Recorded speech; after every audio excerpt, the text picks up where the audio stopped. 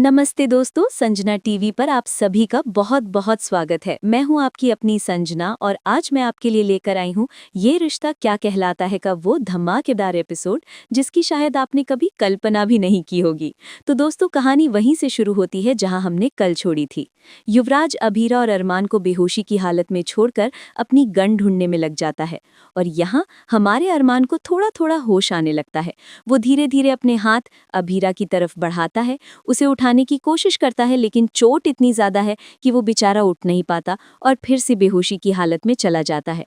लेकिन हमारी अभीरा कमजोर नहीं है। उसे थोड़ा सा धक्का लगता है और उसकी आंखें धीरे धीरे खुलने लगती हैं। जैसे ही वो होश में आती है, देखती है ये मंजर, खुद को संभालने की कोशिश करती है और अरमान को भी धीरे धीरे उठाने की कोशिश करती है। लेकिन चोट इतनी ज्यादा है ना कि उसकी भी ताकत जवाब दे जाती है। लेकिन हमारी अभीरा हिम्मत हारने वालों में से नहीं है। वो थोड़ी और हिम्मत दिखाती है और किसी तरह अरमान को भी स्टेबल कर लेती है। धीरे धीरे दोनों खड़े हो जाते हैं और उधर युवराज बड़बड़ा रहा है, अरे यार कहाँ गई ये, मिल क्यों नहीं रही। और अरमान अभीरा को यही मौका मिल जाता है। वो जल्दी से खुद को स्टेबल करके एक दूसरे को चेक करने लगते हैं। तभी उन्हें युवराज की आवाज सुनाई देती है। अरमान अभीरा से पूछता है, क्या तुम ठीक हो अभीरा? और अभीरा कहती है, हमें जल्दी से निकलना पड़ेगा। और बस तभी युवराज चिल्लाता है, मिल गई मेरी गन। और वो कहता है, चलो इनाम इना दी का करके जल्दी से पहले आना चाहिए। जैसे ही वो पलटता है, अभीरा और अरमान को खड़ा हुआ देखकर चौंक जाता है। अरे तुम दोनों तो खड़े हो गए, अरे वाह वाह वाह, कितनी अच्छी बात है। और उसके बाद वो कहता है, चलो अब बता भी दो। अभीरा अपनी तेज तरार अंदाज में कहती है, ना मैं पहले इतनी आज्ञाकारी थी, ना मैं अब आज्ञाकारी हूँ, तो तुम्हें अभी तक तो गलतफहमी तुम्हारी दूर हो जानी चाहिए। युवराज उसे चिढ़ाते हुए कहता है, अरे यार तुम्हारा निब्बी का प्यार कब खत्म होगा पता नहीं। लेकिन दोस्तों, हमारी अभीरा भी कोई कच्ची खिलाड़ी नहीं है। वो जल्दी से इस मौके का फायदा उठा लेती है। युवराज कहता है, ठीक है, अगर तुम्हें ऐसे नहीं करना है तो मैं मेरे रास्ते से जाऊंगा। और दोस्तों, जैसे ही वो फायर करता है, अभीरा जल्दी से जो भी उसके हाथ में आता है उससे अरमान को प्रोटेक्ट कर देती है। एक पल के लिए हम सब की सांसें अटक जाती हैं और तभी मायूरू की आवाज आती है, एक जोरदार चीख, मम्मी, पापा। और बस दोस्तों, अभीरा की तो सांस ही अटक जाती है। अरमान भी कुछ ऐसी ही हालत में रहता है। वो दोनों मायूरू की तरफ देखते हैं और फिर युवराज को रियलाइज हो जाता है कि ये दोनों और कोई नहीं बल्कि ये इसके माँ बाप हैं और ये इनकी बच्ची है। जैसे ही युवराज का ध्यान मयूरू की तरफ जाता है, वो उस पर अटैक करने वाला रहता है। लेकिन दोस्तों, अभीरा ने एक बार फिर साबित कर दिया कि वो अपनी फैमिली के लिए कुछ भी कर सकती है। वो ये देखते ही साथ ही जल्दी से जो उसके हाथ में रहता है उससे युवराज पर हमला कर देती है। और अरमान सबसे पहले मयूरू को प्रोटेक्ट करने के लिए भागता है। वो उसके आगे एक डेस्क रख देता है ताकि मयूरू सुरक्षित रह सके। इसके बाद वो डायरेक्ट अभीरा के पास आता है और अभीरा को चेक करने की कोशिश करता है।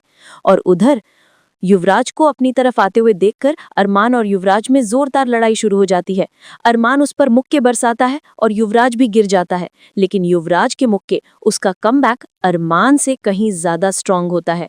अब अभीरा देखती है कि अरमान ये मैच हार रहा है, तो वो जल्दी से युवराज को मारना शुरू कर देती है, जिसकी वजह से वो जहां गिरने वाला रहता है वहां पर कुछ सलाखें रहती हैं। और दोस्तों, अगर युवराज उन सलाखों पर गिर जाता तो आज तो उसका एंड पक्का ही था।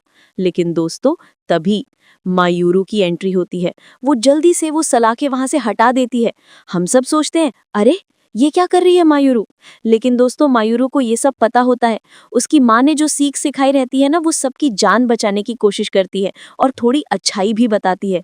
और तभी युवराज को अचानक रियलाइज हो जाता है कि उसने कितनी बड़ी गलती की है। उसने एक बच्चे से उसके माँ बाप को छीनने की कोशिश की है।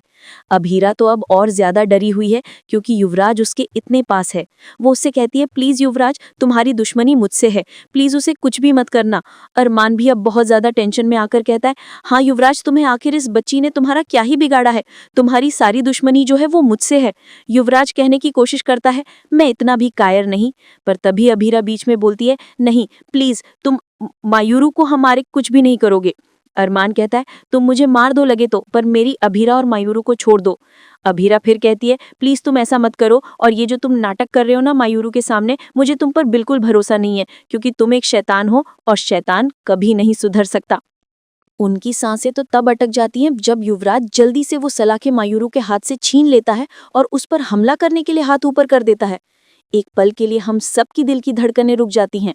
लेकिन दोस्तों तभी हम देखते हैं कि वो कहता है, मैं इतना भी गिरा हुआ इंसान नहीं हूं कि जिसने मेरी जान बचाई उसके माँ बाप को और उसे मैं चोट पहुंचाऊंगा।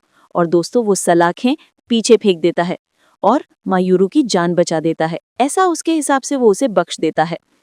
जिसे देखकर अभीरा कहती है, देखो ये जो तुम नाटक कर रहे हो ना, प्लीज मत करो, तुम कभी नहीं सुधर सकते, तो ये सुधरने वाला नाटक भी तुम पर अच्छा नहीं लगता।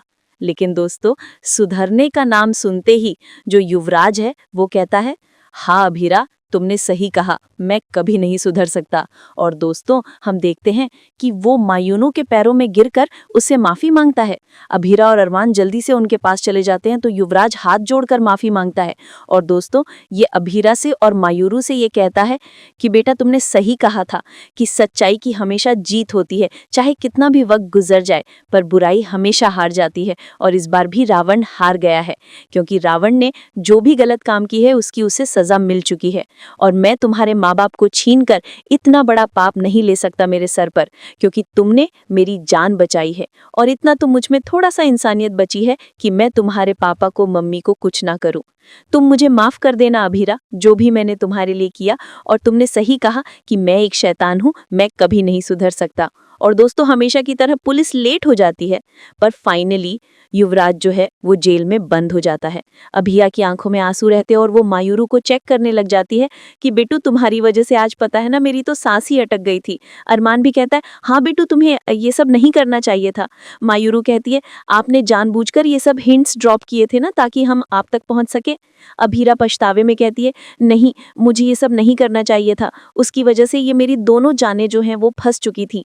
पर मायूरू कहती है, नहीं ऐसा कुछ नहीं हुआ, देखो कितने स्ट्रांग हैं और आप लोगों ने स्ट्रांगली फाइट भी किया।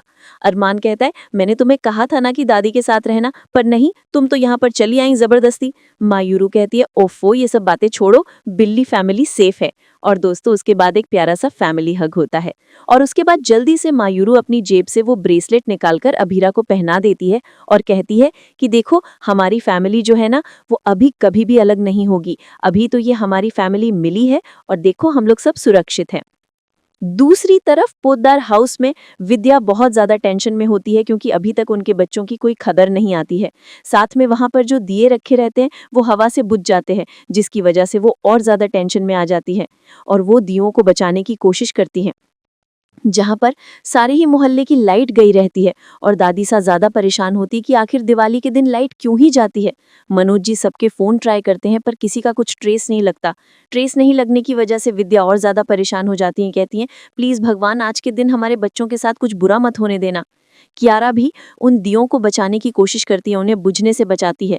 और दोस्तों तभी एक धमाका हो जाता है, क्योंकि जिसमें भी पटाखे रखे रहते हैं वो अपने आप से फूटने लग जाते हैं, जिसे देखकर घर वाले ही सारे बहुत ज्यादा डर जाते हैं और सब एक कोने में खड़े हो जाते हैं।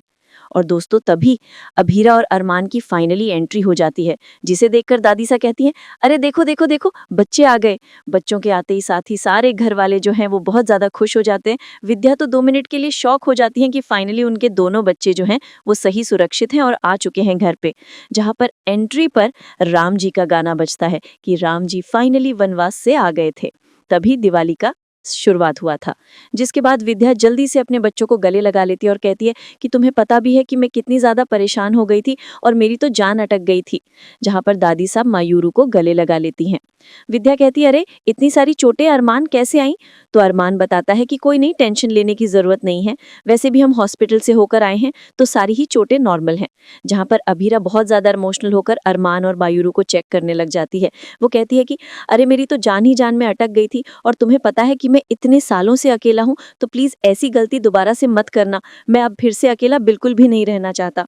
जिसके बाद मायूरू और अभीरा दोनों कहती हैं कि अरे आप ही के लिए तो भाई हम वापस आए हैं, देखो हम आपको अकेला नहीं छोड़ सकते, इसलिए हम आपको परेशान करने के लिए वापस आ गए हैं।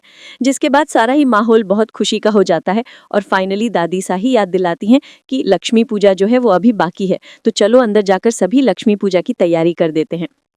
जिसके बाद अब हम देखते हैं कि सारे रेडी होने में लग जाते हैं, जहाँ पर अभीरा के हाथ अभी भी कांप रहे रहते हैं अपनी मांग में सिंदूर भरने से। उसके हाथ अभी भी इसलिए कांप रहे रहते हैं क्योंकि युवराज ने जो कुछ भी किया वो सिनेरियो उसके दिमाग में घूम रहे रहते हैं। और दोस्तों, जहाँ सिंदूर लगाने से मुकरने पर जल्दी से अरमान आ जाता है और वो कहता है कि अभीरा, जो कुछ भी टलना था ना वो टल चुका है, देखो हम सब सेफ हैं।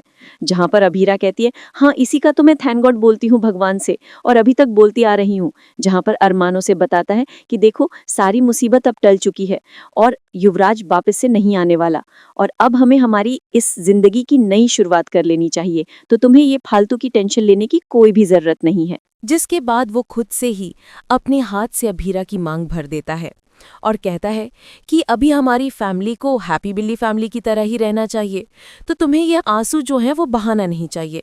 वैसे भी मैं देख रहा हूँ कि तुम फिजूल के खर्चे कुछ ज़्यादा ही कर रही हो, और वैसे भी ये फिजूल के खर्चे ना मुझे नहीं पसंद, क्योंकि ये मोती जैसे जो तुम्हारे आंसू हैं वो बहुत ज़्यादा कीमती हैं और मैं इतने फिजूल के खर्च तो नहीं करना चाहता।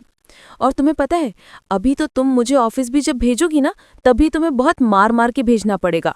हाँ हाँ, ये एक्सप्रेशन तो बहुत ज़्यादा सुपर्ब है। ऐसा ही एक्सप्रेशन रहना चाहिए, क्योंकि अब हमारी फैमिली इतनी ज़्यादा क्लोज हो चुकी है ना कि तुम तो मुझसे क्या, मैं भी तुमसे दूर नहीं हो सकता। जहाँ पर कुछ रूल्स फाइनली अभीरा रख देती है, जिसके बाद वो कबर्ड का डोर ओपन करती है, वहाँ पर एक पेज लगाती है और पेज पर कुछ रूल्स जो है वो लिखना शुरुआत कर देती है।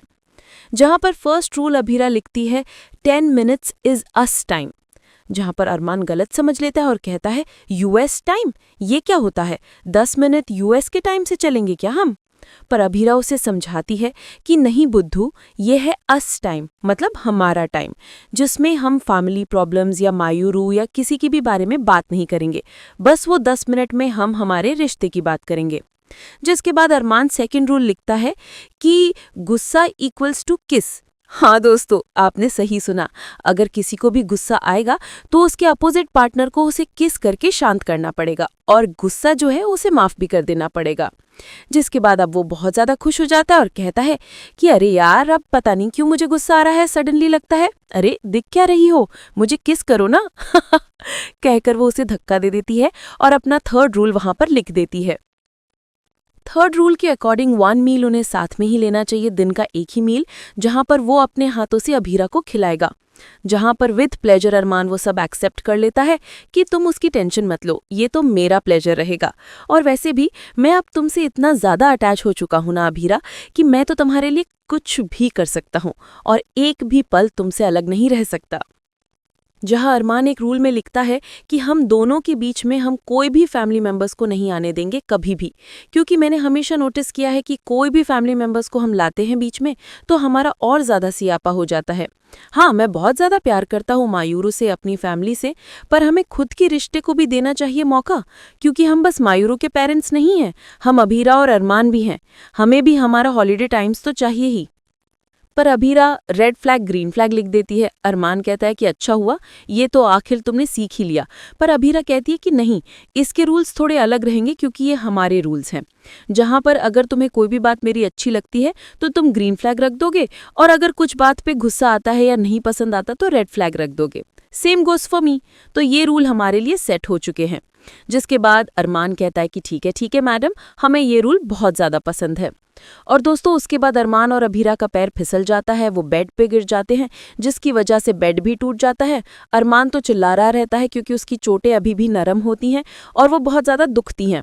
और वहीं पर वो दोनों मज़े ले रहे रहते हैं कि मायूरू की एंट्री हो जाती है। मायूरू कहती है कि आखिर आप लोग कर क्या रहे हो और आखिर ये बेड टूटा कैसे, जल्दी से जवाब दो मुझे। जहां पर कोई भी जवाब मायूरू को बेचारे को नहीं मिलता है। मायूरू कहती कि अरे ये सब क्या हो रहा है, आप लोग मुझे जवाब क्यों नहीं दे रहे हो। जिसके बाद अभीरा और अरमान उसे समझाने की बहुत कोशिश करते हैं, पर उनके मुंह से कुछ शब्द ही नहीं निकलता। जहां पर मायूरू कहती है कि हाँ पापा मम्मा क्या कर रहे हो, मेरा नाम मायूरू है। जिसके बाद अभीरा कहती है कि कुछ नहीं बेटू, मतलब हम लोग ना कुछ भी नहीं कर रहे थे। जहां पर अरमान कहती कि देखा तुम पर ही गई है, किसी बात पे रट लगा ले तो बस रट लगा ले। जिसके बाद अभीरा मायूरू से मदद मांगती है और जल्दी से मायूरू उनकी मदद करके उसे उठा देती है। जिसके बाद फिर से मायूरू क्वेश्चन करने लग जाती है कि अरे ये कबर्ड पे KISS करके क्या लिखा है। जिसके बाद दोनों भी बहुत ज़्यादा शॉक हो जाते हैं, क्योंकि उन्हें फन और अभीरा तो अरमान को धक्का भी दे देती है कि अरे यार, तुम्हें मैंने कितनी बार कहा है कि डोर लॉक रखा करो, और वो सब छोड़ो, अभी तो फिलहाल ये जो है ना, जो हमने कबर्ड ओपन करके रखा है उसे बंद कर दो। जिसके बाद मायरू को वो लोग समझाते हैं कि ISS इसका मतलब बेटा किस किस बच्चे को दिवाली के पटाखे फोड़ने हैं, किस बच्चे को मिठाई खानी है, ऐसे ऐसे करके वो बातों में उसे फुसलाने की कोशिश करते हैं। पर मायरू के सवाल अब भी ख़त्म नहीं होते। जिसके बाद वो कहती है कि पता है, आप लोग ना बहुत ज़्यादा वियर्ड कभी कभी हरकतें कर देते हो। जहाँ पर अरमान और अभीरा दोनों कहते हैं कि अरे यार, इसे ना अगली बार से हम आने नहीं देंगे, अगली बार से हम डोर बराबर लॉक करके रखेंगे, वरना ये बिल्ली हमेशा ऐसे ही करेगी। अब हम अगले दिन के प्रोमो में देखने वाले हैं कि अभीरा अच्छे से रेडी हो जाती है। जहाँ पर आरती का थाल और कुछ सामान लेकर वो आती है तो दादी सा उसे कहती हैं कि अरमान को तुम्हारे खुले बाल ज़्यादा पसंद है। पर अभीरा मना कर देती है कि इतना भारी एक तो लहंगा पहना है मैंने, और उसमें भी मैंने बाल खोले रखे तो मैं संभाल नहीं पाऊंगी। जहाँ पर दादी सा उसे ताना मारती है कि बेटा, रिश्ते में ना ऐसे सब सैक्रिफाइसेस तो करने ही पड़ते हैं, क्योंकि तभी जाकर रिश्ता चल जाता है। जिसके बाद अभीरा को ये बातें बहुत ज़्यादा वियर्ड लगती हैं, क्योंकि दादी सा अचानक से बहुत अजीब तरह से रिएक्ट करने लग जाती हैं। जहां अभीरा और अरमान की मस्ती से शुरुआत होती है, अभीरा नहीं कहती है, पर अरमान ज़बरदस्ती उसे रंग लगाने की और उसके साथ खेलने की कोशिश करता है।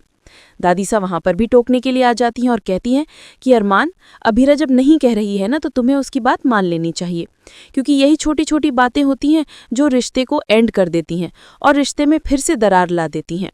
जिसके बाद एक एक करके वहाँ के सारे घर के सदस्य जो हैं वहाँ से चले जाते हैं, और अरमान और अभीरा को हम बात करते हुए देखते हैं, जहाँ अरमान डायरेक्टली कहता है कि आज दादी सा को हो क्या गया है, शुरुआत से ही वो ऐसी बातें क्यों कर रही हैं। जहाँ पर अरमान की बातें सुनकर अभीरा कहती है कि शायद दादी सा को इस बार भी ऐसा ही लगता है कि हमारा रिश्ता जो है वो ज़्यादा दिन तक नहीं टिकेगा और टूट जाएगा, हम शायद अलग हो जाएंगे। तो दोस्तों, आज का एपिसोड तो यहीं खत्म होता है। कैसा लगा आपको आज का ये धमाकेदार एपिसोड, मुझे कमेंट्स में ज़रूर बताइएगा। युवराज का बदलना, मायूरू की बहादुरी और अरमान अभीरा की प्यारी सी केमिस्ट्री ने आज के एपिसोड को तो 4 चांद लगा दिए। और दादी सा का ये अजीब व्यवहार, क्या लगता है आपको? क्या अभीरा और अरमान का रिश्ता खतरे में है, या ये कोई नया ट्विस्ट है? अपने विचार मेरे साथ शेयर करना मत भूलिएगा। अगर आपको ये वीडियो अच्छा लगा हो तो इसे लाइक करें, अपनी दोस्तों और फैमिली के साथ शेयर करें, और हाँ, मेरे चैनल संजना टीवी को सब्सक्राइब करना बिल्कुल ना भूलें, और बेल आइकन भी दबा दीजिएगा ताकि आप मेरे किसी भी नए वीडियो को मिस ना करें। मैं आपकी अपनी संजना फिर मिलूंगी अगले एपिसोड की धमाकेदार कहानी के साथ। तब तक के लिए खुश रहिए, सुरक्षित रहिए और देखते रहिए ये रिश्ता क्या कहलाता है। Bye bye.